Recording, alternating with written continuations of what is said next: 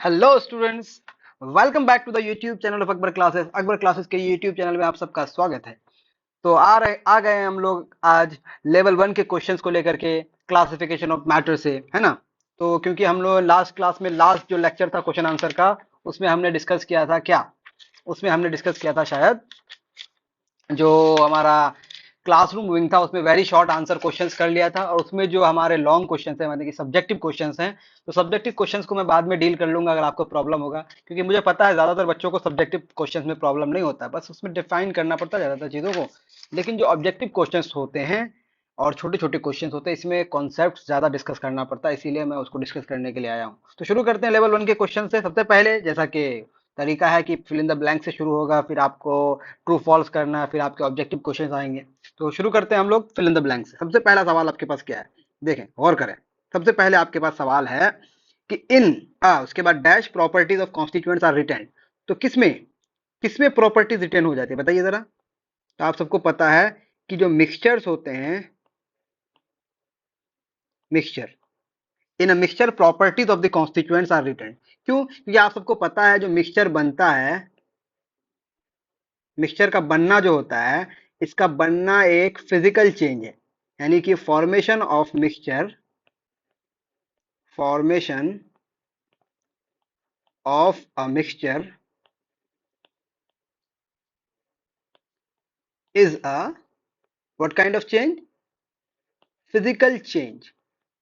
और जब भी कोई फिजिकल चेंज होगा तो नया सब्सटेंस नहीं बना होगा, और नया सब्सटेंस नहीं बना है, इसका मतलब उसके कॉन्स्टिट्यूएंट्स की जो प्रॉपर्टीज है वो रिटेन हो जाती है। कॉन्स्टिट्यूएंट की प्रॉपर्टीज क्या हो जाती है? रिटेन हो जाती है, वापस आ जाती है। यानी कि अगर आपके पास एक मिक्सचर है, मान लेते हैं आपके पास एक ग्लास है, इसमें आपने पानी ले लिया, क्या ले लिया? पानी। इसमें आपने डिसॉल्व कर दिया शुगर, यानी कि आपके पास शुगर सॉल्ट है, सॉरी शुगर सोल्यूशन है। क्या है? Sugar solution. शुगर सॉल्यूशन में आपने शुगर को किस में डिसॉल्व किया? पानी में। शुगर को पानी में डिसॉल्व किया तो शुगर क्या अपना टेस्ट लूज कर दिया? नहीं लूज किया। क्या पानी अपने लिक्विड स्टेट को लूज कर दिया? नहीं लूज किया। यानी कि आप देख सकते हैं कि इस पर्टिकुलर मिक्सचर में शुगर अपनी प्रॉपर्टी रिटेन कर लेता है और वाटर भी अपनी प्रॉपर्टी रिटेन कर लेता है। यानी कि शुगर के केमिकल कंपोजिशन में कोई चेंज नहीं आता है। The chemical identity of sugar remain same and the chemical identity of water remain same. कब? जब शुगर को पानी के साथ मिक्स करते हैं। यानी कि mixing sugar with water is a physical change and the mixture, and when sugar dissolve in water it's a mixture. ये क्या है? एक मिक्सचर है। शुगर सॉल्यूशन क्या है? एक मिक्सचर। आई होप आपको बात समझ आ रही होगी। तो मिक्सचर में जितने सारे कंपोनेंट्स होते हैं, जितने सारे कॉन्स्टिट्यूएंट्स होते हैं, उन कॉन्स्टिट्यूएंट्स की प्रॉपर्टी क्या हो जाती है? रिटेन हो जाती है। Why? Because formation of mixture is a physical change, it's not a chemical change. आगे सवाल क्या है? अ मिक्सचर ऑफ, क्या बोल रहा है? A mixture of alcohol and water is an example of a mixture. Alcohol और वाटर को मिलाएंगे तो कैसा एग्जाम्पल बनेगा? यानी कि अल्कोहल प्लस वाटर। तो आप सबको पता है ये दोनों कैसा पेयर बनाता है? ये मिसिबल लिक्विड्स है। कैसे लिक्विड्स है? Miscible liquids. और जितने सारे मिसिबल लिक्विड्स होते हैं, they form they form a homogeneous mixture. कैसा मिक्सचर बनाता है? Homogeneous mixture. अब मुझे पता है कि आपने लेक्चर्स अगर अटेंड किया तो आपको पता होगा कि होमोजेनस मिक्सचर किसे कहते हैं। होमोजेनस मिक्सचर ऐसा मिक्सचर जिसमें पार्टिकल्स कंप्लीटली मिक्स हो जाए और यूनिफॉर्मली डिस्ट्रीब्यूटेड हो, in which particles are completely mixed with each other and uniformly distributed throughout. उसको हम क्या बोलते हैं? क्या बोलते हैं उसको? हम लोग होमोजेनस मिक्सचर बोलते हैं। यानी कि अल्कोहल और वाटर को जब मिक्स करेंगे आप, तो अल्कोहल और वाटर एक दूसरे के साथ यूनिफॉर्मली डिस्ट्रीब्यूट हो जाएगा और कंप्लीटली मिक्स हो जाएगा। दे विल नॉट फॉर्म, क्या कहते हैं, अलग अलग लेयर्स, डिफरेंट लेयर्स नहीं बनाएंगे, बल्कि they will form a single layer. इसीलिए इसको क्या बोलेंगे आप? कि ये एक होमोजेनस मिक्सचर है। आई होप आपको ये बात बिल्कुल समझ आ रही होगी। अगले सवाल की तरफ चलते हैं, अगले फिल इन द ब्लैंक की तरफ चलते हैं। अगला में क्या बोला है? यानी कि यहाँ क्या हो जाएगा? आंसर क्या हो जाएगा यहाँ पे? यहाँ आंसर हो जाएगा होमोजेनस मिक्सचर। Homogeneous mixture. आगे क्या बोला है? A substance which is formed by chemical combination of two और मोर एलिमेंट्स। दो या दो से ज्यादा एलिमेंट्स के केमिकल कॉम्बिनेशन से जो बनता है उसे हम क्या कहते हैं? फॉर एग्जांपल हमने एक दो एलिमेंट से बनने वाला सब्सटेंस लिखा, हमने लिखा H2O या CO2, इसमें देखें हाइड्रोजन है, ऑक्सीजन है, इसमें कार्बन है और ऑक्सीजन है, मैंने लिखा NaCl। तो इसमें अलग अलग एलिमेंट्स है कि नहीं, तो दो या दो से ज्यादा एलिमेंट्स, मान लेते हैं C6 मैंने लिखा, H12 लिखा, O6 लिखा, ये सारे दो या दो से ज्यादा एलिमेंट से बन रहा है। दो या दो से ज्यादा एलिमेंट से बनने वाले सब्सटेंस को हम लोग कहते हैं कंपाउंड। क्या कहते हैं? कंपाउंड। कंपाउंड किसे कहते हैं? कंपाउंड ऐसे प्योर सब्सटेंस को कहा जाता है जो दो या दो से ज्यादा एलिमेंट के केमिकल कॉम्बिनेशन से बनता है। And when there is a chemical combination, the atoms will be present in a fixed ratio of their atomic masses. So we can say that a compound is formed when two or more than two elements combine chemically in a fixed ratio of their atomic masses. तो यहाँ answer क्या हो जाएगा? Compound. क्या हो जाएगा? Compound. I hope आपको बात समझ आ रही होगी। ठीक है, अब आगे बढ़ते हैं हम लोग। ठीक है, आगे क्या है? आगे आप सवाल जरा पढ़ें, आपकी स्क्रीन पे तो सवाल दिख ही रहा होगा आपको। क्या बोला है? Boiling point is the temperature at which, boiling point is the temperature at which is converted. क्या कन्वर्ट होता है? इनटू। क्या कन्वर्ट होता है? तो आप सबको पता है बॉइलिंग पॉइंट में जो लिक्विड होता है वो कन्वर्ट होता है इनटू कौन सा स्टेट में? Into gas. यानी कि बॉइलिंग पॉइंट एक ऐसा टेम्परेचर है जिसमें कोई लिक्विड गैसियस स्टेट में कन्वर्ट होता है एट नॉर्मल एटमॉस्फेरिक प्रेशर। यानी कि बॉइलिंग पॉइंट को कभी कभी, बॉइलिंग पॉइंट एक ऐसा टेम्परेचर है जिसमें कोई लिक्विड बॉयल करता है, यानी कि लिक्विड क्या बनता है? बॉइलिंग पॉइंट पे लिक्विड क्या बनता है? गैस बनता है। और अगर ये नॉर्मल एटमॉस्फेरिक प्रेशर पे हो रहा हो, नॉर्मल एटमॉस्फेरिक प्रेशर पे हो रहा हो, तो इस बॉइलिंग पॉइंट को कभी कभी नॉर्मल बॉइलिंग पॉइंट भी कहा जाता है। क्या कहा जाता है? Normal boiling point. तो बॉइलिंग पॉइंट जिसको हम लोग रिफर करते हैं वो which is actually normal boiling point, because it is measured eight normal atmospheric pressure. Why? Because boiling point is the temperature at which vapor pressure of the liquid becomes equal to the atmospheric pressure. I hope आपको ये बात पता होगा, जिसको पता नहीं है वो हमारे लेक्चर्स को जरूर देखें कि बॉइलिंग पॉइंट को वेपर प्रेशर से रिलेट कैसे करते हैं। अगर नहीं समझ आया होगा तो 9th के लेक्चर्स भी आप देख सकते हैं। चलिए आगे बढ़ते हैं। आगे क्या कहा जा रहा है? Non metals usually exist in, ज्यादातर नॉन मेटल्स, जैसा कि मैं नाम लूँ हाइड्रोजन, मैंने नाम लिया हाइड्रोजन का, तो आपके दिमाग में क्या आता है? गैस है कि लिक्विड है कि सॉलिड है? सोचते रहिए आप। नाइट्रोजन, ऑक्सीजन, फ्लोरीन, क्लोरीन, है ना, उसके बाद helium, neon, argon, krypton, xenon, radon, ये सब क्या है? नॉन मेटल्स हैं। और ये सब के सब क्या हैं? गैसेज हैं। क्या हैं? गैसेज। तो नॉन मेटल्स जो होते हैं they usually exist in what state? Gaseous state. कौन सा स्टेट में एग्जिस्ट करता है? गैसियस स्टेट में एग्जिस्ट करता है। ठीक है, आई होप आपको बात समझ आ गई होगी। आगे देखिए, is a surface phenomena. Surface phenomena जो ही बात आएगी तो आप समझ जाइए बात हो रही है किसकी? इवापोरेशन की। किसकी बात हो रही है? Evaporation. Evaporation is a surface phenomena. एक और फेनोमेनन सरफेस होता है जिसको हम कहते हैं एड्सॉर्प्शन। ये हम लोग डिस्कस करेंगे हायर क्लासेस में, लेकिन आपको हो सकता है कभी कभी आ जाए। जैसे आपने आपने एक व्हाइट बोर्ड में पेंसिल से क्या कहते हैं, मार्कर से लिख रहे हैं, तो व्हाइट बोर्ड के सरफेस पे मार्कर का इंक एक्यूमुलेट होता है, तो सरफेस पे किसी दूसरे सब्सटेंस का एक्यूमुलेशन कहलाता है एड्सॉर्प्शन। और सरफेस से पेनिट्रेट करके अगर मटेरियल के अंदर चला जाता है, मैटर के बल्क में चला जाता है, उसको बोलते हैं एब्जॉर्प्शन। तो आप सबको पता होना चाहिए कि दोनों में फर्क क्या है। एक होता है एब्जॉर्प्शन, एक होता है एब्जॉर्प्शन, एक होता है एब्जॉर्प्शन। क्या होता है? एब्जॉर्प्शन। और एक होता है एड्सॉर्प्शन। तो एड्सॉर्प्शन सरफेस पे होता है और एब्जॉर्प्शन पूरे बल्क में होता है। तो evaporation is the surface phenomenon, whereas boiling कैसा फेनोमेनन है? बॉइलिंग इज अ कैसा phenomena? Bulk phenomena. What kind of phenomenon? Bulk phenomenon. Boiling is a bulk phenomenon. ठीक है, आगे देखिए, state of matter is incompressible. कौन सा matter state of matter incompressible है? तो देखें, मैं तो कहता हूं कि सॉलिड और लिक्विड दोनों ही इनकॉम्प्रेसिबल होता है, लेकिन किताबों में लिखता है या फिर ये एक्सपीरियंस से भी पता चलता है कि लिक्विड स्लाइटली कॉम्प्रेसिबल होता है। स्लाइटली, SLIGH, स्लाइटली कॉम्प्रेसिबल, थोड़ा बहुत उसमें कॉम्प्रेसिबिलिटी होती है। लेकिन लिक्विड सॉलिड्स जो होते हैं दे आर इनकॉम्प्रेसिबल। तो कौन सा स्टेट हो जाएगा? Solid state of matter is incompressible. अगला सवाल देखिए, अगला सवाल क्या कह रहा है, क्या कह रहा है देखिए, pure substance is in nature. देखें, मिक्सचर्स जो होते हैं, जो मिक्सचर होते हैं वो क्या होते हैं? मिक्सचर्स, मिक्सचर्स क्या होते हैं? मिक्सचर्स दो तरह के होते हैं। किस किस तरह के? एक को कहते हैं होमोजेनस, एक को कहते हैं heterogeneous. Mixtures can either be homogeneous और हेट्रोजेनस। जो मिक्सचर्स होंगे हमारे पास वो कैसे कैसे हो सकते हैं? दो तरह के हो सकते हैं। एक को आप कह सकते हैं होमोजेनस और एक को आप बोलेंगे हेट्रोजेनस। लेकिन आपके पास जो प्योर सब्सटेंसेस होते हैं क्या होते हैं? प्योर सब्सटेंसेस, प्योर सब्सटेंसेस क्या क्या होते हैं? चाहे आपके पास एलिमेंट्स हो, चाहे आपके पास कंपाउंड्स हो, ये दोनों प्योर सब्सटेंसेस की कैटेगरी में आते हैं। ये दोनों ही नेचर में होमोजेनस होते हैं। अब होमोजेनस का मतलब क्या होता है? यूनिफॉर्मिटी। होमोजेनस का मतलब क्या होता है? यूनिफॉर्मिटी। यानी कि चाहे एलिमेंट्स हो चाहे कंपाउंड्स हो, इसमें पार्टिकल्स के अंदर एक यूनिफॉर्मिटी होती है। They are always uniformly distributed. तो pure substance is what? Homogeneous in nature. क्या हो जाएगा? होमोजेनस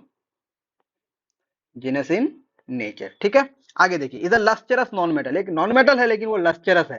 तो इसके दो आंसर्स होंगे, एक तो ग्रेफाइट है ना, एक तो ग्रेफाइट आंसर होगा इसका। ग्रेफाइट बेसिकली क्या होता है? कार्बन एटम से बना होता है। या फिर इसका और एक आंसर हो सकता है आयोडीन। यानी कि आयोडीन भी एक लस्टरस नॉन मेटल। लस्टरस का मतलब ऐसा नॉन मेटल जो चमकदार हो, जिसमें एक खास किस्म की चमक हो। Generally the components of compounds are separated by, देखिए कंपाउंड्स में अलग अलग एलिमेंट्स होते हैं, तो उन एलिमेंट्स को सेपरेट करने के लिए हमारे पास कौन सा मेथड होता है? तो भाई ऑब्वियस है कि जो कंपाउंड्स बनते हैं, कंपाउंड का formation is what kind of change? Formation of compound is a chemical change. तो ऑब्वियसली उसके कंपोनेंट्स को अलग करना भी कैसा चेंज होगा? केमिकल चेंज होगा, यानी कि केमिकल रिएक्शंस की मदद से, केमिकल मेथड्स की मदद से। तो generally components of a compounds are separated by what? By chemical methods, by chemical changes. यानी कि केमिकल चेंजेस से ही आप क्या कर सकते हैं? कंपाउंड के कंपोनेंट्स को अलग अलग कर सकते हैं। ठीक है, आगे देखिए, 11 नंबर देखिए, is a non metal which is a good conductor of electricity. Non metal है लेकिन गुड कंडक्टर है, तो एक ही है भाई। कौन सा है? वो तो है हमारा ग्रेफाइट। ग्रेफाइट क्या रखता है? कौन सा एटम रखता है? कार्बन के एटम्स रखता है। तो graphite is a non metal which is a good conductor of electricity. In humidity increases the rate of increase, rate of evaporation. क्या, क्या इंक्रीज करने से रेट ऑफ इवापोरेशन इंक्रीज करेगा? कब? ह्यूमिडिटी में क्या आने पर रेट ऑफ इवापोरेशन इंक्रीज करेगा? अब देखिए, ह्यूमिडिटी क्या होती है आप सबको पता है। Already the water vapour present in air. ठीक है, तो वाटर वेपर अगर एयर में ज्यादा हो ऑलरेडी, तो नए वाटर वेपर को बनने में परेशानी होगी, यानी कि नए वाटर वेपर्स के फॉर्मेशन में डिफिकल्टी आएगी, यानी कि वो स्लो हो जाएगा उसका बनना। यानी कि as the quantity of vapour in air increases, the rate of evaporation decreases, है ना। तो ह्यूमिडिटी बढ़ने से वाटर वेपर की क्वांटिटी बढ़ जाती है एयर में। तो increase in humidity, increase the rate of evaporation तो नहीं होगा ना, डिक्रीज इन ह्यूमिडिटी क्या हो जाएगा? डिक्रीज। ह्यूमिडिटी डिक्रीज करेगा अगर, तो रेट ऑफ इवापोरेशन क्या करेगा? इंक्रीज करेगा। ह्यूमिडिटी अगर डिक्रीज करेगा तो ये दर्शाता है कि आपका रेट ऑफ इवापोरेशन क्या कर जाएगा? इंक्रीज कर जाएगा। So simple. ठीक है, चलिए आगे देखिए, आगे क्या कह रहा है? A mixture of two solids is generally, दो सॉलिड को मिलाने से जनरली कैसा मिक्सचर बनता है? तो चांसेस एकदम पूरी तरह से ये है कि वो हेट्रोजेनस होगा। क्या होगा? हेट्रोजेनस। दो मिक्सचर, दो सॉलिड्स को मिलाने से कैसा मिक्सचर बनेगा? हेट्रोजेनस बनेगा। कैसा बनेगा? हेट्रोजेनस। ठीक है, और क्या बोला? अ mixture of any number of gases, और गैस को मिलाने पर सिर्फ और सिर्फ होमोजेनस मिक्सचर मिलता है। ये बात याद रखना है, जनरल रूल है कि जनरली दो सॉलिड्स को मिलाएंगे तो हेट्रोजेनस मिलेगा। कभी कभी ऐसे चांसेस होते हैं कि वो होमोजेनस बन जाते हैं, लेकिन गैसेस को, जितने भी गैसेस को मिला दें, अगर वो नॉन रिएक्टिंग गैसेस हैं तो it will form a homogeneous mixture. ठीक है, a mixture of iron filling and sand can be separated. ठीक है, आपके पास आयरन है प्लस सैंड है, कैसे सेपरेट करेंगे? दोनों की प्रॉपर्टी देखेंगे, इनमें से आयरन क्या है? मैग्नेटिक है। क्या है? मैग्नेटिक है, तो इसमें क्या लेके आएंगे? मैग्नेट लेके आएंगे। मैग्नेट आयरन को अट्रैक्ट कर लेगा, बच कौन जाएगा? सैंड बच जाएगा। यानी कि मैग्नेट से किसी मैग्नेटिक सब्सटेंस को किसी नॉन मैग्नेटिक सब्सटेंस से अलग करने की सेपरेशन के मेथड को हम लोग कहते हैं मैग्नेटिक सेपरेशन। तो mixture of iron filings and sand can be separated by which method? Magnetic separation. क्या बोलेंगे हम लोग? मैग्नेटिक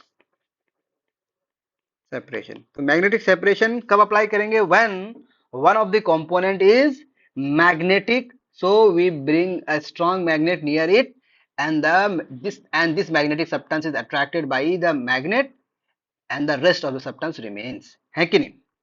आगे क्या बोला है? dash and dash are the suitable separation methods for the mixture of soluble solids in liquids।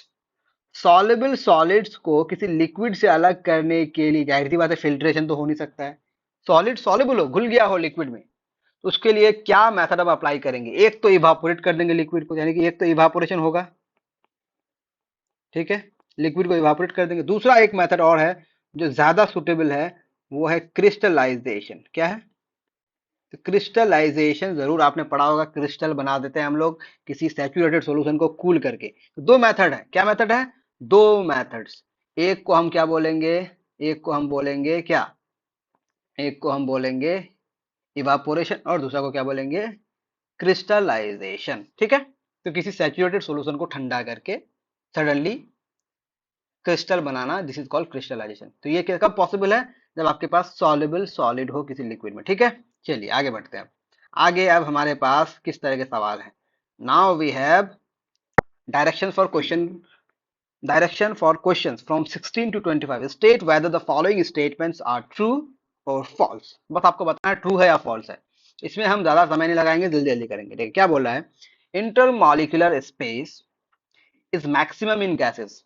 तो भाई ये बात तो बिल्कुल सही है, गैस के पार्टिकल सबसे दूर दूर होते हैं, इसीलिए उसके बीच में स्पेस क्या होगा? मैक्सिमम होगा। True. Metals are highly ductile but non malleable. भाई मेटल्स हाईली डक्टाइल तो होते भी हैं और हाईली मैलिएबल भी होते हैं, यानी कि ये बात तो गलत कह रहा है ना। इसका मतलब ये स्टेटमेंट ट्रू नहीं है, बल्कि कैसा है? फॉल्स स्टेटमेंट है। आगे देखिए, evaporation is the surface phenomenon. भाई बिल्कुल सही है। आगे क्या कह रहा है देखिए, a pure substance is homogeneous in nature. अभी भी हम बताए प्योर सब्सटेंस हमेशा क्या होता है? होमोजेनस होता है, ये भी ट्रू है। Tellurium shows the properties of both metals and non metals. Both metals and non metals की प्रॉपर्टी शो करने वाले को क्या कहते हैं हम लोग? मेटालॉइड कहते हैं। तो हमें चेक करना है क्या टेलुरियम मेटालॉइड है? तो हाँ है। Iodine is a lustrous metal. अभी भी बताया आयोडीन में एक खास किस्म की चमक होती है, ये लस्टरस होता है, लेकिन ये मेटल नहीं है, ये नॉन मेटल है। तो आयोडीन तो लस्टरस है लेकिन ये मेटल नहीं है, तो ये कैसा स्टेटमेंट हो गया? फॉल्स स्टेटमेंट हो गया। Sodium floats on water. बिल्कुल सही बात है, सोडियम वाटर में फ्लोट करता है because the density of sodium is less than the density of water even if it's a solid. ठीक है। Ammonium chloride is a sublimable substance. Ammonium chloride क्या होता है? फॉर्मूला क्या होता है भाई? NH4Cl। ये एक सब्लिमेबल सॉलिड है, क्योंकि इसको हीट करने पर, इसको हीट जब करते हैं तो ये दो गैस बनाता है। एक बनाता है अमोनिया गैस, साथ में HCl गैस। ये गैस बन जाता है सीधे सॉलिड से। तो अमोनियम क्लोराइड क्या कहलाएगा? एक सब्लिमेबल सॉलिड कहलाएगा, सब्लिमेबल सब्सटेंस कहलाएगा। सब्लिमेबल सब्सटेंसेस किसे कहते हैं? जो डायरेक्टली सॉलिड से क्या बन जाता है? गैस बन जाता है। The components of a compound are separated by physical processes. अभी भी बताया भाई, कंपाउंड के कंपोनेंट्स को फिजिकल प्रोसेस से नहीं बल्कि केमिकल प्रोसेस से अलग करते हैं। यहाँ अगर मिक्सचर होता, इस पर्टिकुलर पोजीशन पे अगर मिक्सचर लिखा होता तो बात सही होती, यानी कि ये बात बिल्कुल गलत है, हमें बेवकूफ बनाने की कोशिश की जा रही है। Sublimation is the process of the conversion of a solid to its liquid state. भाई बिल्कुल अभी अभी गलत हो गया बात। सॉलिड से सीधा गैस बनेगा तभी ना सब्लिमेशन होगा। सॉलिड से अगर लिक्विड बना तो इसको हम लोग क्या बोलेंगे? मेल्टिंग बोलेंगे। तो ये क्या हो गया? ये भी गलत हो गया। तो बहुत जल्दी से हमने सारे क्वेश्चंस कर लिए। अब आते हैं हम लोग क्वेश्चन नंबर 26 से 57। ये असल हमारा असल डिस्कशन यहाँ पे होना है हमें। ठीक है, direction for questions from 26 to 57। each of the questions for four choices have been provided, select the correct alternative। ठीक है, चार चॉइसेस आपको दिए गए होंगे, आप उनमें से जो करेक्ट लगेगा उसको आप क्या कर सकते हैं? सिलेक्ट कर सकते हैं। चलिए let's get started from question number 26। Identify the wrong statement among the following. फिर से आपको वही चूज करना है, इनमें से कौन सा रॉन्ग स्टेटमेंट है। Molecules of solid possess vibratory motion. ठीक है, ओनली वाइब्रेटरी मोशन। ठीक है, ये पता है आपको, ये इसमें सिर्फ वाइब्रेटरी मोशन होता है, इसलिए तो सॉलिड्स रिजिड होते हैं ना जी, क्योंकि उसमें सिर्फ वाइब्रेटरी मोशन होता है, वो भी एक फिक्स पोजीशन में। सॉलिड्स आर इनकॉम्प्रेसिबल, ऑब्वियसली बिल्कुल सही बात है, solids are incompressible. Solids have one free surface, ना बाबा ना, solids have many free surfaces, यानी कि ये रॉन्ग स्टेटमेंट हो गया। गैसेस आर हाईली डिफ्यूजिबल, बिल्कुल सही है, सारे गैसेस बहुत आसानी से एक दूसरे में डिफ्यूज हो जाते हैं, तो गैसेस आर हाईली डिफ्यूजिबल, ये बात सही है। तो रॉन्ग स्टेटमेंट कौन सा हो गया, तो जो रॉन्ग स्टेटमेंट वही हमें सेलेक्ट करना, तो ये हमारा आंसर हो गया। ठीक है, चलिए आगे देखिए। The atomicity of which among the following is, क्या बोला है, the atomicity of which among the following, इसको और बड़ा कर लेते हैं हम लोग जब डिस्कस ही कर रहे हैं तो। क्या बोला, the atomicity of which of the following is the maximum.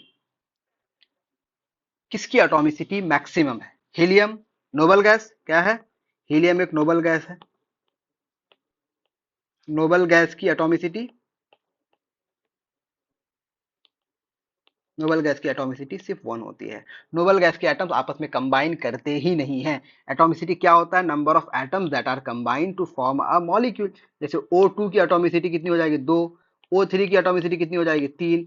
इसके एक मॉलिक्यूल के बनने के लिए 2 एटम्स की जरूरत पड़ी, इसके एक मॉलिक्यूल को बनने के लिए 3 एटम्स की जरूरत पड़ी। लेकिन नोबल गैसेस के एटम्स आपस में जुड़ते ही नहीं है, तो उसकी एटॉमिसिटी हमेशा कितनी रह जाएगी, 1 रह जाएगी। फ्लोरीन, तो फ्लोरीन क्या बनाता है, F2 बनाता है, इसकी एटॉमिसिटी कितनी हो गई, 2। ओजोन, अभी भी मैंने लिखा, ओजोन क्या होता है, O3, इसकी एटॉमिसिटी कितनी हो जाएगी, 3। सल्फर क्या बनाता है, S8, इसकी एटॉमिसिटी कितनी हो गई, 8। तो अब देखिए आपको क्या पूछा है कि the atomicity of which of the following is maximum, तो भाई सबसे ज्यादा जिसके एटम्स जुड़े हुए हैं एक मॉलिक्यूल में, तो ये हो गया सल्फर आंसर। ठीक है, आगे देखिए क्या बोला है, match the entries given in the column A with appropriate option in column B. चलिए आप लोग सोचिए इसको, थोड़ा समय देते हैं, आपके स्क्रीन पे रखा हुआ है, तो आप बनाइए, जल्दी सोचिए, सोच लिए, गौर करेंगे। कॉलम ए में आपको मेथड्स दिए गए हैं कि कौन सा मेथड से आप सेपरेट करेंगे, कॉलम बी में आपको मिक्सचर दिया गया है। तो जब भी आपको मिक्सचर दिया हुआ रहे, तो मिक्सचर के कंपोनेंट्स को सेपरेट करने के लिए जो कंपोनेंट्स होते हैं उसकी प्रॉपर्टीज पे गौर करेंगे।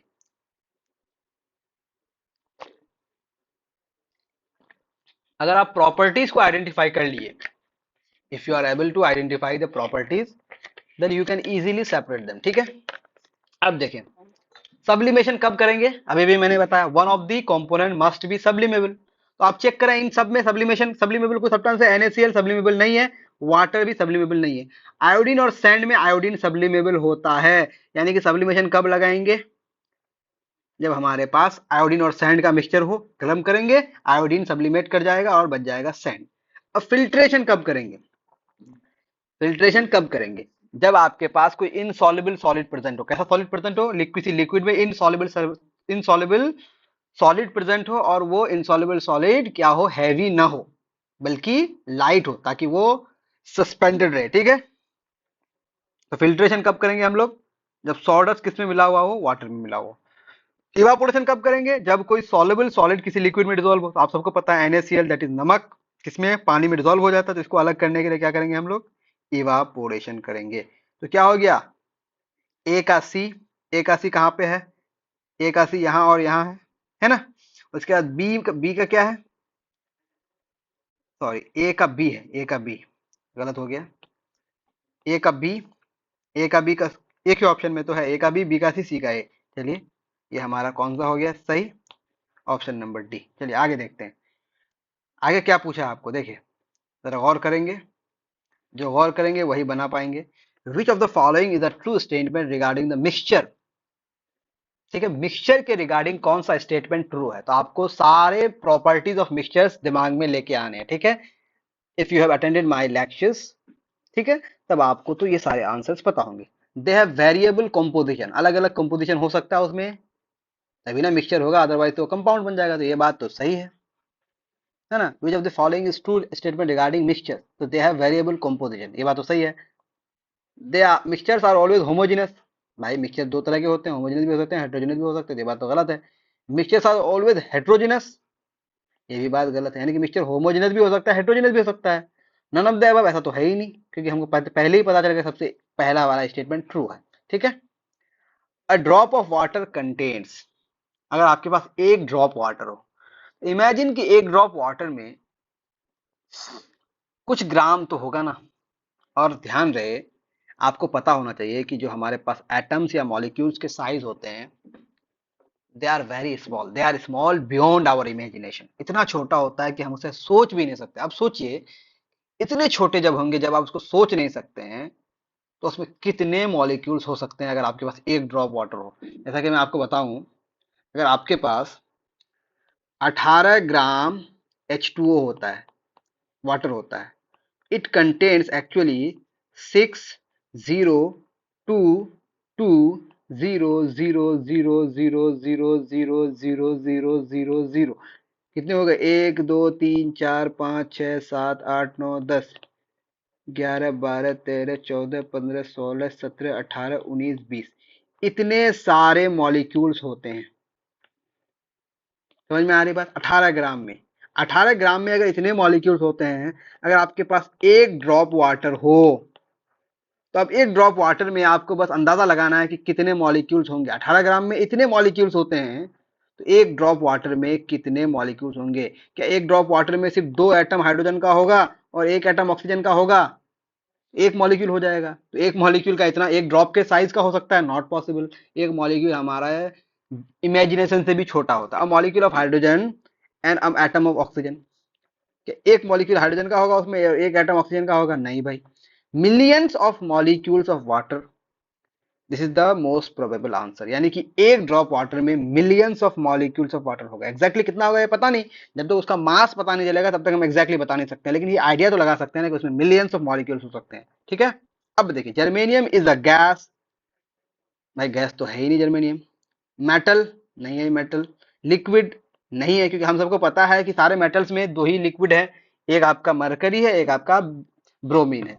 तो जर्मेनियम क्या है? जर्मेनियम दैट इज जी, क्या है? एक मेटलॉइड है। It has both the properties of metals and non metals. अगला सवाल देखिए, अगला सवाल क्या कह रहा है? The process of separation of components of muddy water.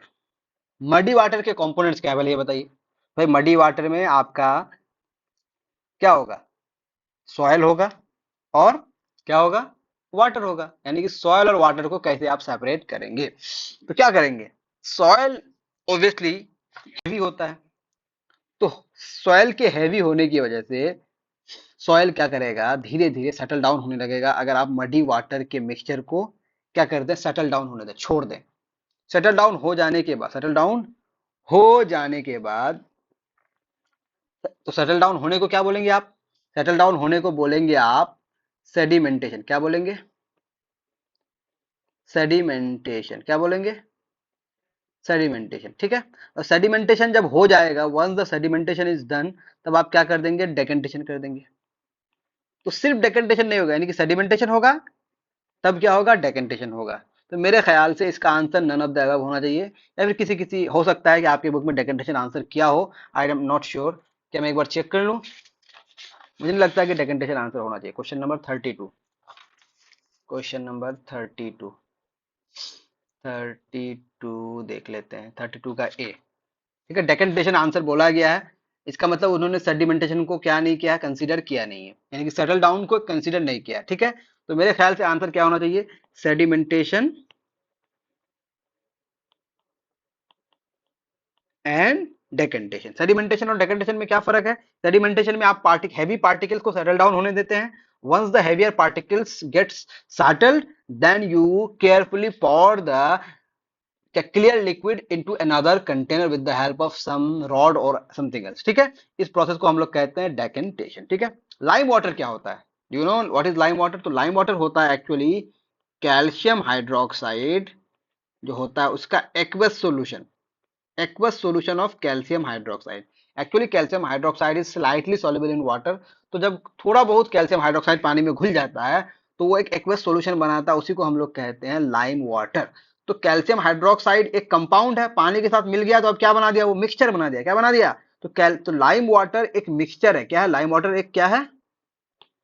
Mixture है। किसका किसका? कैल्शियम हाइड्रोक्साइड प्लस वाटर का मिक्सचर है। ठीक है, चलिए आगे बढ़ते हैं। अब अगला सवाल क्या है? अगला सवाल देखिए, water sticks to a glass due to. देखिए वाटर किसी ग्लास में स्टिक करता है कि नहीं? मान लेते ये हमारा ग्लास है, इसके सरफेस में वाटर स्टिक कर जाता है। क्यों स्टिक करता है? क्या वाटर और ग्लास सेम मटेरियल है? They are different material. तो दो डिफरेंट मटेरियल्स के बीच में जब फोर्सेस ऑफ अट्रैक्शन होता है, उस इंटरमॉलिक्यूलर फोर्स ऑफ अट्रैक्शन को हम लोग क्या कहते हैं? Adhesive force. आपको पता है, अगर सेम काइंड ऑफ मॉलिक्यूल्स होते हैं उसके बीच में अगर अट्रैक्टिव फोर्स होता है उसको हम लोग कहते हैं कोहेसिव फोर्स। और अगर डिफरेंट मटेरियल्स होते हैं उसके बीच में अगर अट्रैक्टिव फोर्स आ जाए तो उसको हम लोग बोलते हैं अडहेसिव फोर्स। यानी कि वाटर और ग्लास के बीच में कौन सा फोर्स होगा?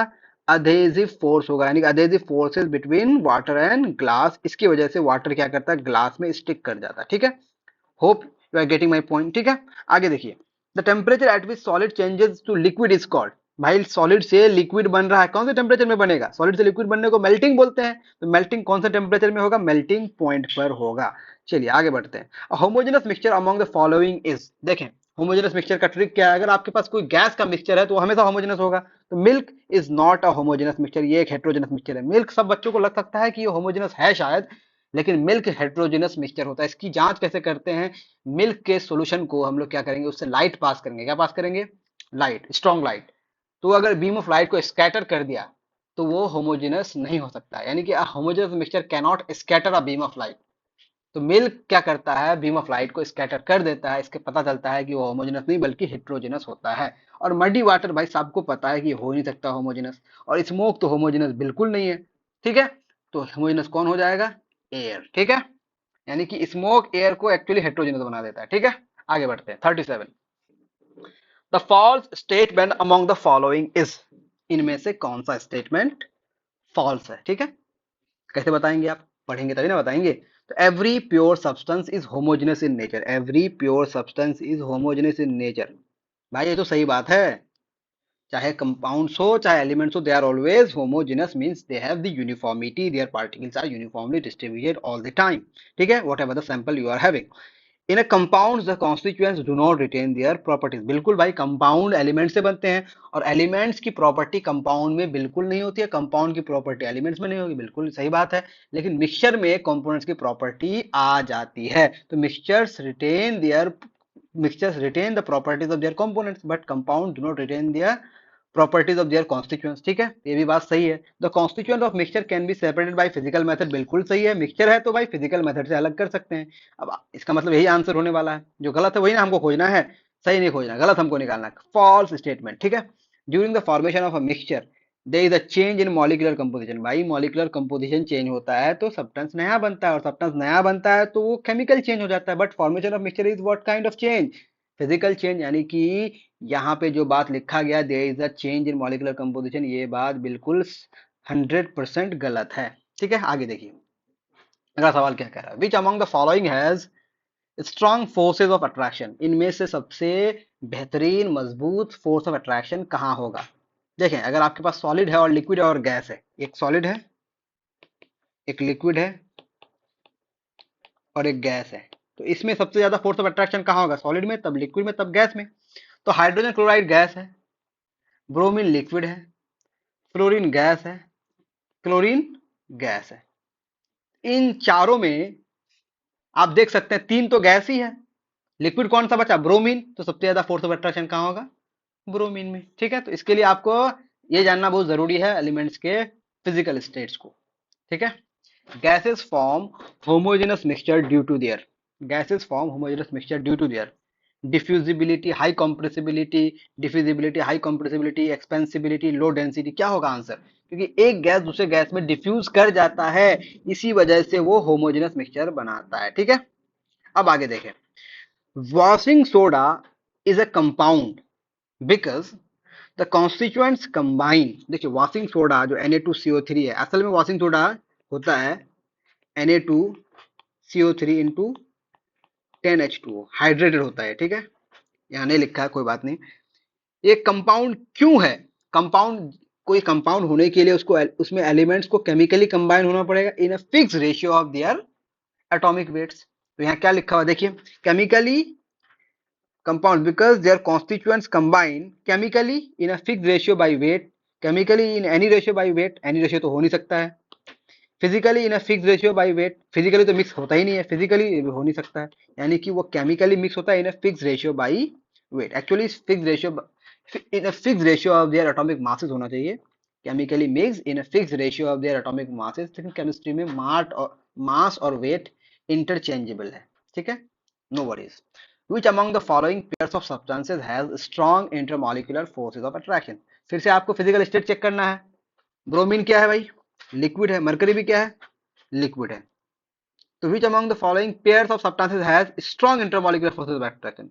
इनमें से सबसे ज्यादा फोर्स ऑफ अट्रैक्शन कहाँ होगा, कौन से पेयर में? दोनों लिक्विड है, गैलियम और ब्रोमीन। गैलियम भी ऑलमोस्ट लिक्विड होता है ना, just above the room temperature.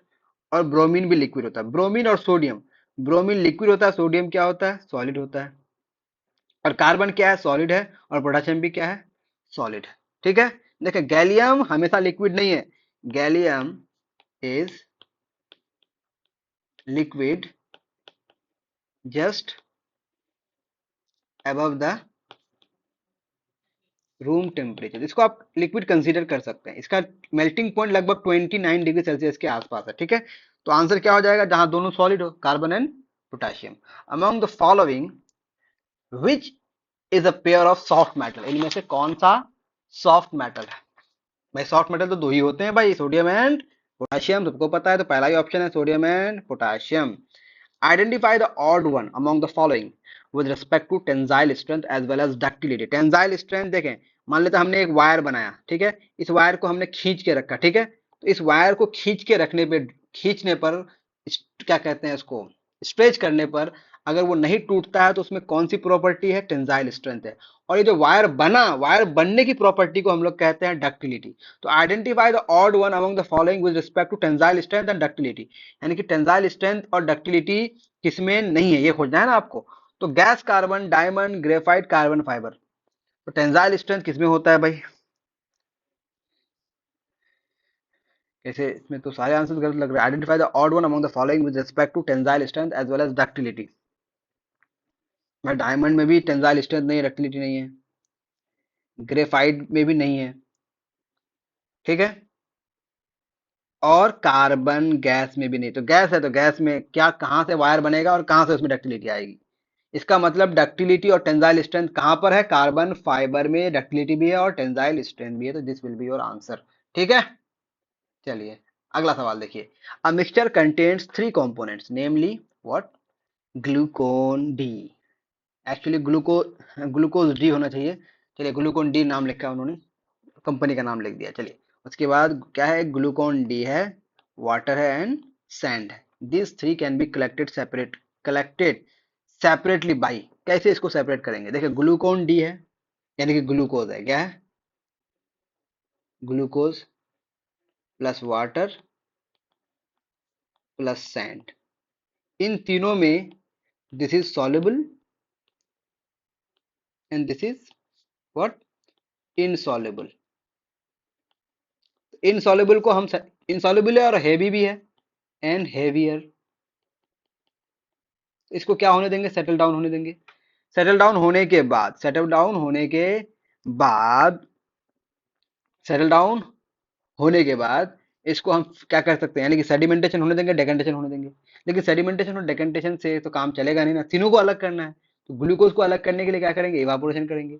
तो जब हमारे पास दूसरे मेथड्स और बढ़िया मेथड्स अवेलेबल हैं, तो सैंड को अलग करने के लिए हम फिल्टर पेपर का यूज कर लेंगे, यानी कि फिल्ट्रेशन यूज कर लेंगे। फिल्ट्रेशन के बाद वाटर को इवापोरेट कर देंगे, ग्लूकोज हमें मिल जाएगा। तो इवापोरेशन कर देंगे, यानी कि फिल्ट्रेशन फॉलोड बाय इवापोरेशन। इससे हम क्या कर सकते हैं? ग्लूकोज, वाटर और सैंड को अलग कर सकते हैं। फिल्ट्रेशन से आप सैंड को फिल्टर कर लेंगे, बचेगा कौन? ग्लूकोज प्लस वाटर का मिक्सचर। तो ग्लूकोज को क्या कर देंगे आप?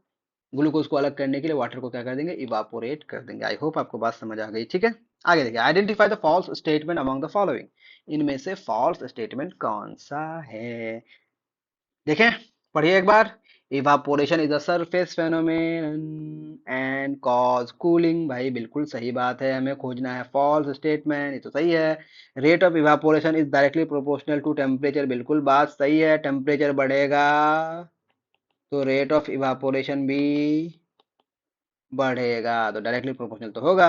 Rate of evaporation is inversely proportional to the surface area of a liquid. भाई ये तो बिल्कुल गलत बात है। सरफेस एरिया अगर बढ़ता है, सरफेस एरिया अगर बढ़ता है तो क्या होता है, रेट ऑफ इवापोरेशन इंक्रीज करता है। और यहाँ क्या बोला, rate of evaporation inversely proportional to the surface area of the liquid, मतलब ये बात तो गलत हो रही है।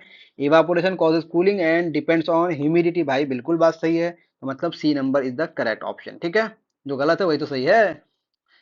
आगे क्या बोला है देखें, और कितने क्वेश्चन बच गए एक बार देख लेते हैं हम लोग। हमारे पास अब बच गए, हमारे पास टोटल 60 क्वेश्चन है शायद। ठीक है, नहीं हाँ 60 क्वेश्चन है, उनमें से हमने क्लियर कर लिए। अब हमारे पास और 14 क्वेश्चन बच गए। चलिए धीरे धीरे कर लेते हैं, घबराने की जरूरत नहीं है। क्या बोला है, separation of sawdust from water can be carried out. क्या बोला है, क्या बोला, separation of sawdust and water can be carried out by the following steps given below. Arrange them in a proper sequence. Sawdust और किसको, water को कैसे अलग करेंगे। The mixture is poured gently into a filter cone and collected in another beaker which is called filtrate. ठीक है, mixture is poured gently into a filter cone. A mixture of sawdust and water is taken in a beaker. सबसे पहले ये करेंगे हम लोग, सबसे पहले मिक्सचर ऑफ वाटर है ना, आपको सीक्वेंस बताना है ना, तो सबसे पहले आपको ये लेना है, ये सबसे पहले हो जाएगा। Mixture of sawdust and water is taken in a beaker. उसके बाद a filter paper is folded in a form of cone and fitted into a funnel by moist by moistening it with a few drops of water. उसके बाद ये करेंगे। ठीक है, उसके बाद solid retain on the filter paper is called residue. ये तो 4 नंबर की बात हो गई। यानी कि तीसरे नंबर पे क्या करेंगे आप, the mixture is poured gently into the filter cone. यानी कि जब बन गया उस मिक्सचर को उस फिल्टर कोन में डालेंगे और उसको कलर कर लेंगे। यानी कि सी नंबर में ये हो जाएगा, ये 3 नंबर हो जाएगा और ये 4 नंबर हो जाएगा। यानी कि सबसे पहले कौन सा होगा, 2, उसके बाद बी में 3, 1, 4, ये हो जाएगा सही आंसर।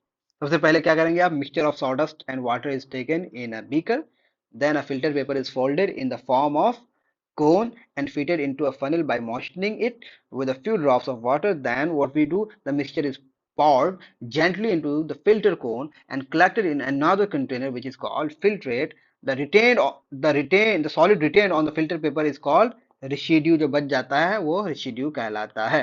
आगे देखिए, water shows concave meniscus in a narrow glass tube. This is because, देखिए कॉन्केव और क्या कहते हैं कॉन्वेक्स जो मेनिस्कस बनता है वो क्यों बनता है, एडहेसिव और क्या कहते हैं कोहेसिव फोर्सेस के बीच में डिफरेंसेस होते हैं, उसी की वजह से बनते हैं।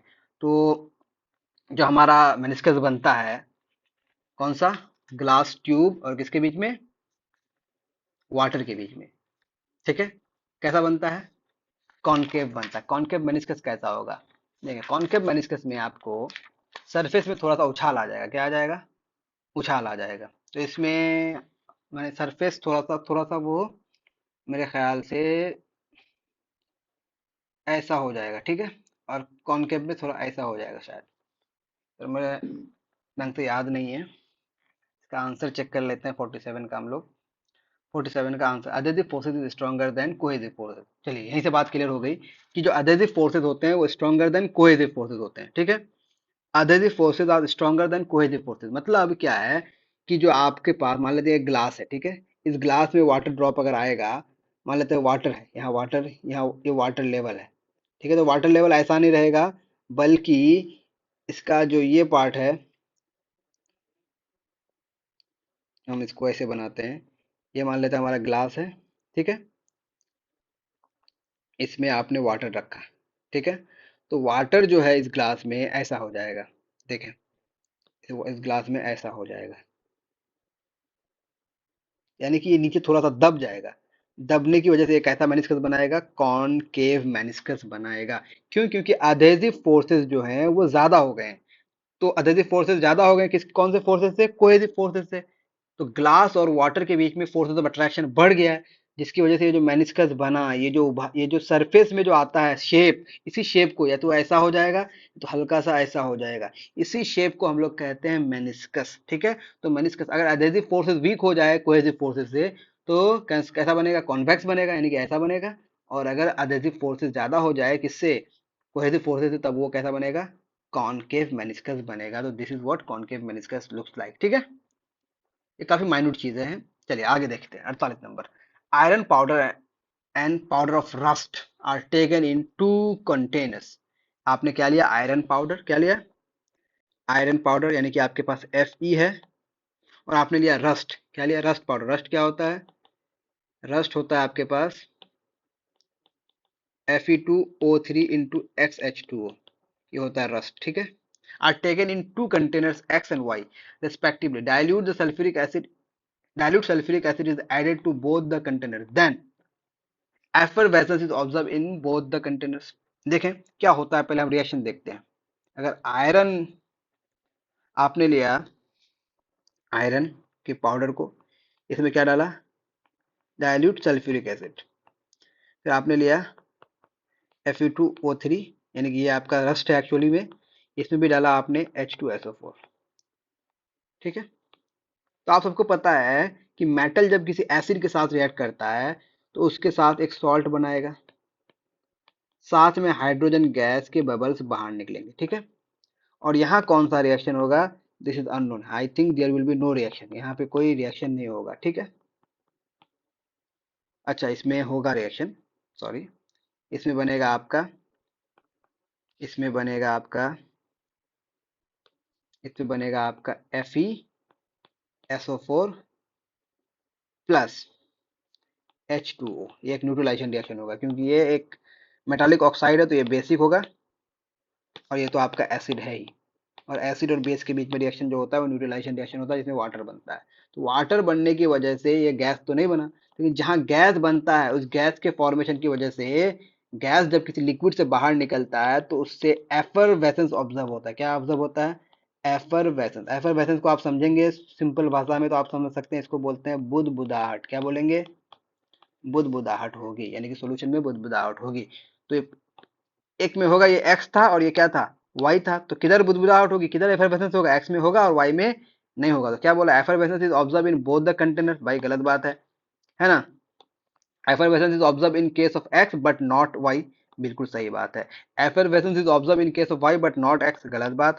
No effervescence is observe in both the cases, भाई गलत बात है। तो कौन सा ऑप्शन सही होगा, ऑप्शन नंबर बी इज सही। ठीक है, चलिए आगे बढ़ते हैं। आगे क्या बोला है, X Y and Z containers are placed at 25 degree Celsius. कौन से डिग्री सेल्सियस पे, 25 डिग्री सेल्सियस में आप रखें। Then decrease in temperature is मोर।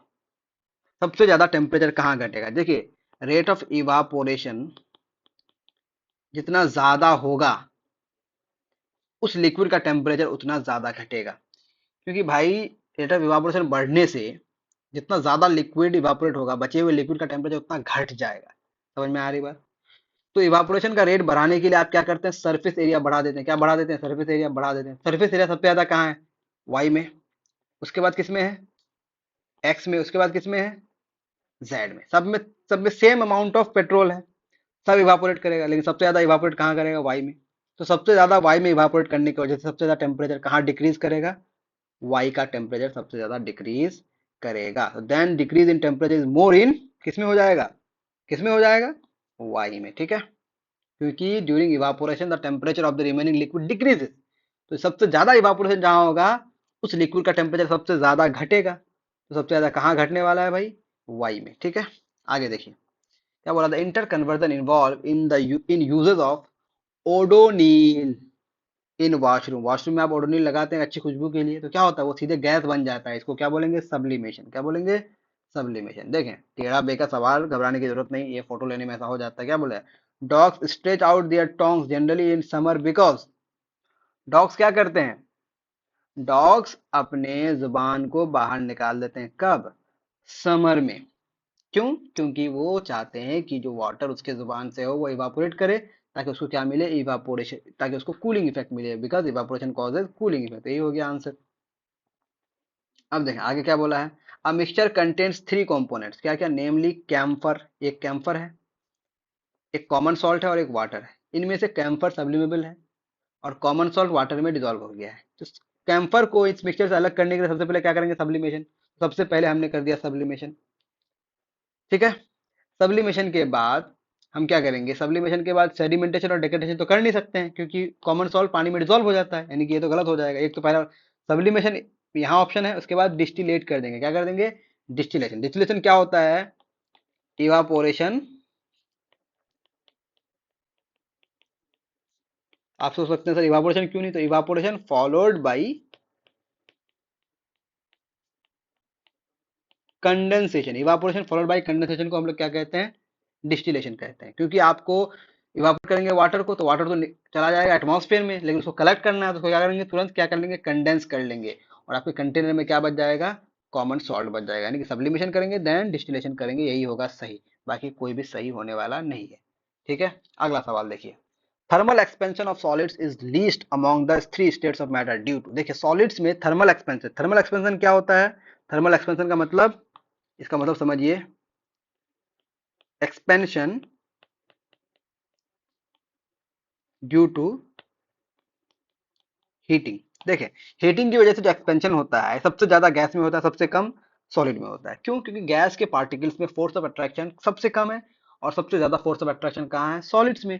तो high kinetic kinetic energy of molecules of solid, भाई कहाँ काइनेटिक एनर्जी हाई होती है, close packing of molecules in solids, भाई क्लोज पैकिंग तो होती है, ये बात सही हो सकती है। आगे और देख लेते हैं, the vibratory motion and rotatory motion of molecules in solids, भाई सॉलिड्स में सिर्फ वाइब्रेटरी मोशन होता है, रोटेटरी तो होता ही नहीं है, ये तो गलत हो गया। The large intermolecular space present in solids, भाई ये तो गैस की प्रॉपर्टी है, यानी कि close packing of molecules in solids is responsible for the least thermal expansion of solids. ठीक है, वाटर शोज कॉन्वेक्स मेनिस्कस इन नैरो। देखिए हमने क्या पढ़ा था, कॉनकेव, जब ग्लास में रखे थे तो कैसा बना था, कॉनकेव। अब क्या बना रहा है, कॉन्वेक्स, क्या बना रहा है, यानी कि हम किस में रखेंगे, वाटर शोज कॉन्वेक्स मेनिस्कस इन नैरो, कौन सा ट्यूब में होगा। देखें अगर जूं ही वैक्स लगा देते हैं, क्या लगा देते हैं, वैक्स, तो वो जो एडहेसिव फोर्सेज होते हैं वो घट जाते हैं। तो वैक्स कोटेड ग्लास और क्या होना चाहिए, वैक्स कोटेड तो होना ही चाहिए मेरे ख्याल से, ये आंसर। और साथ में क्योंकि ग्लास में तो क्या बनाता है, कॉनकेव बनाता है, तो ये तो होगा ही नहीं, ग्लास में कॉनकेव बनाता है, होगा ही नहीं। प्लास्टिक और कलर्ड ग्लास, यहाँ तो क्या हो जाएगा, यहाँ भी कॉनकेव हो जाएगा। इसका मतलब ऑप्शन नंबर सी होना चाहिए, क्या होना चाहिए, सी। यानी कि हमारे पास चाहे प्लास्टिक हो, चाहे क्या हो, वैक्स कोटेड ग्लास हो, उसमें कैसा मेनिस्कस बनेगा, कॉन्वेक्स बनेगा। यानी कि अगर आपके पास कोई प्लास्टिक कंटेनर है तो इसमें कैसा बनेगा, हल्का सा लिक्विड का सरफेस क्या हो जाएगा, ऊपर चला जाएगा। समझ में आ रही बात, इसी को हम लोग कहते हैं कॉन्वेक्स मेनिस्कस। आपने कभी कभी देखा होगा सरफेस में, अगर आपका यहाँ मान लेते हैं वैक्स लगा हुआ रहता है, तो उसके ऊपर वाटर ड्रॉपलेट्स बन जाते हैं। ठीक है, क्यों, क्योंकि वो कॉन्वेक्स मेनिस्कस बनाता है। ठीक है, तो सरफेस का ऊपर चला जाना वो क्या कहलाएगा, कॉन्वेक्स, और सरफेस का हल्का सा नीचे हो जाना स्लाइटली, उसको क्या बोलेंगे, कॉनकेव मेनिस्कस। ठीक है, और चार क्वेश्चंस बन गए, थोड़ी सी इतनी देर जब रुक गए, थोड़ा और रुक जाइए, सारे सवाल बना लेंगे तो आपके लिए अच्छी बात होगी। क्या कह रहा है, among the following a pair of compound and element respectively is, क्या बोला है, पहले कंपाउंड है, उसके बाद क्या है, element. Iron powder, rust powder. भाई आयरन पाउडर क्या है, आयरन पाउडर मतलब Fe, और रस्ट पाउडर का मतलब क्या है, Fe2O3। तो ये क्या है, कंपाउंड, ये एलिमेंट है और ये कंपाउंड है। पहला क्या है, एलिमेंट है और ये कंपाउंड है, हमको क्या बोला, कंपाउंड एंड एलिमेंट, यानी कि ये तो नहीं हुआ। Rust powder and iron powder, उल्टा उलट देंगे, यानी कि ये तो हो गया सही बात। लाइम एंड रस्ट पाउडर, तो लाइम तो होता है CaO, और रस्ट पाउडर क्या होता है Fe2O3, ये दोनों ही कंपाउंड है, ये तो होगा ही नहीं। रस्ट पाउडर एंड लाइम, भाई ये भी दोनों कंपाउंड ही होगा, फिर तो उलट देंगे, ये भी नहीं होगा। आंसर क्या हो गया, बी नंबर। इसमें हमारा पहले क्या होगा, Fe2O3 which is a compound, और आयरन पाउडर सिर्फ Fe हो गया। चलिए आगे देखिए, rate of evaporation of water is more in coastal areas than non coastal areas. भाई कोस्टल एरियाज में ज़्यादा इवापोरेशन नहीं होगा, क्योंकि कोस्टल एरियाज में ऑलरेडी वाटर वेपर बहुत ज़्यादा होता है, ह्यूमिडिटी ज़्यादा होता है, इसलिए रेट ऑफ इवापोरेशन वहाँ क्या होगा, ज़्यादा नहीं होगा, यानी कि ये तो नहीं होगा। Is more in non coastal areas than in coastal areas, बिल्कुल सही बात है। ठीक है, is the same in both coastal and non coastal areas, भाई गलत बात है। कैन नॉट बी प्रिडिक्टेड, भाई ये भी गलत बात है। अलग अलग रीजन में अलग अलग रेट ऑफ इवापोरेशन होता है। जो नॉन कोस्टल एरियाज होते हैं वहाँ इवापोरेशन ज्यादा होता है because of the less humidity, और जो कोस्टल एरियाज होते हैं वहाँ पे ह्यूमिडिटी ज्यादा होने की वजह से वहाँ पे रेट ऑफ इवापोरेशन कम होता है।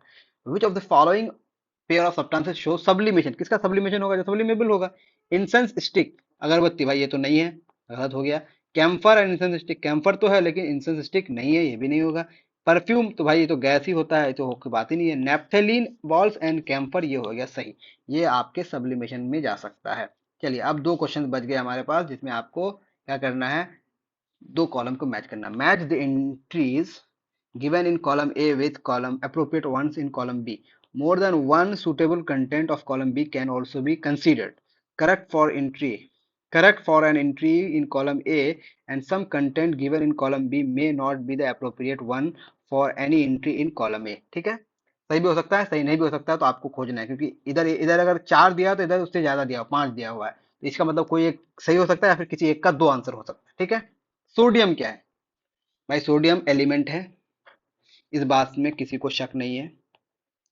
सोडियम क्लोराइड क्या है, एक कंपाउंड है। Sulphur in water, sulphur in water, sulphur पानी में नहीं घुलता, ये बात जान लीजिए। तो सल्फर पानी के साथ क्या बनाएगा, होमोजेनस मिक्सचर तो नहीं बना सकता है, तो कैसा मिक्सचर बनाएगा, हेट्रोजेनस मिक्सचर बनाएगा। शुगर इन वाटर, ये घुल जाता है पानी में, तो ये कैसा बनाएगा, होमोजेनस मिक्सचर बनाएगा। ठीक है, अब यहाँ बोला इम्प्योर कंपाउंड, इम्प्योर कंपाउंड कुछ होता ही नहीं है। ठीक है, impure compound there is nothing called impure compound, या तो मिक्सचर होगा या तो कंपाउंड होगा। Impure compound there is no such word. ठीक है, ये गलत बात हो गई, इसको हम कंसीडर करेंगे नहीं। तो क्या हो जाएगा अब हमारा, क्या हो जाएगा, ए का, ये तो मिल गया। अगला देखिए, हम 60 नंबर पे देखिए, 60 क्वेश्चन है ना, तीसरे नंबर पे आते हैं हम लोग। बॉइलिंग, बॉइलिंग में वाटर चेंजेस इनटू आइस नहीं होता है भाई, water vapour changes into water नहीं, आइस चेंजेस टू वाटर नहीं, water changes to water vapour, यही होगा बॉइलिंग में, यही होगा। क्या होगा, बॉइलिंग में water changes to water vapour, तो ए का क्या हो जाएगा, डी। अब क्या बोला, मेल्टिंग में वाटर चेंजेस टू आइस नहीं, water changes to water, water vapour changes to water गलत, ice changes to water, ice changes to water, यही होता है मेल्टिंग।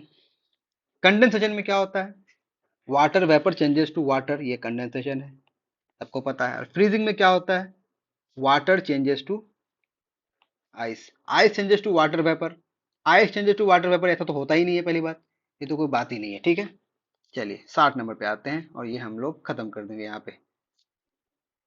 पे दोनों तरफ पांच पांच है, एक का दो हो सकता है या फिर कोई एक गलत भी हो सकता है। डिस्टिलेशन, डिस्टिलेशन मैंने आपको बताया, इवापोरेशन फॉलोड बाय कंडेंसेशन। कब करेंगे डिस्टिलेशन, जब आपके पास कोई सॉल्युबल सॉलिड हो या फिर दोनों लिक्विड क्या हो, आपस में मिसिबल हो। ठीक है, mixture of sand and water, भाई यहाँ तो नहीं करेंगे। Mixture of iron and sulphur, यहाँ तो नहीं करेंगे। Mixture of sawdust and water, यहाँ भी नहीं करेंगे। Mixture of sodium chloride and water, यहाँ हम लोग कर सकते हैं क्या, डिस्टिलेशन। क्यों, क्योंकि आप सबको पता है जो सोडियम क्लोराइड होता है ये पानी में डिसॉल्व हो जाता है, तो इसके लिए हम लोग सब्लिमेट करेंगे, फिर उसको कंडेंस क्या कहते हैं, पहले पहले उसको इवापोरेट करेंगे, फिर उसको कंडेंसेशन कर लेंगे, उसी को हम लोग कहते हैं distillation, evaporation followed by condensation. Filtration कब करेंगे, आपको पहले ही पढ़ा दिए हैं कि अगर आपके पास सॉडस्ट है, सॉडस्ट है क्या कहीं, यानी कि अगर आपके पास कोई ऐसा सॉलिड हो जो वाटर में मिक्स ना हो और हल्का भी हो, लाइट भी हो, तो उसके लिए हम लोग फिल्ट्रेशन मेथड अप्लाई करेंगे, यानी कि बी का क्या हो जाएगा, सी हो जाएगा। सब्लिमेशन में एक कंपोनेंट सब्लिमेबल होना चाहिए, तो सोडियम क्लोराइड ये सब्लिमेबल नहीं है, but ammonium chloride is sublimable, तो सब्लिमेशन मेथड यहाँ लगा देंगे, कोई दिक्कत की बात नहीं है। सेडिमेंटेशन कब होगा, जब आपके पास पार्टिकल्स क्या हो, हैवी हो, पार्टिकल्स क्या हो, हैवी हो, इनसॉल्युबल भी हो और हैवी भी हो, हम लोग यहाँ सैंड को सेटल डाउन होने देंगे, तो ये सेडिमेंटेशन हो जाएगा। अब देखिए मैग्नेटिक सेपरेशन कब करेंगे, जब one of the component magnetic हो, तो आयरन और सल्फर में आयरन क्या है, मैग्नेटिक है, तो इसके लिए क्या अप्लाई कर देंगे, मैग्नेटिक सेपरेशन। आई होप आपको समझ आ गया होगा, अगर समझ आ गया हो तो thank you very much, thank you, ठीक है, वेरी मच। चलिए मिलते हैं फिर अगले क्लास में, आज के लिए इतना ही, दीजिए इजाजत। Thank you for joining.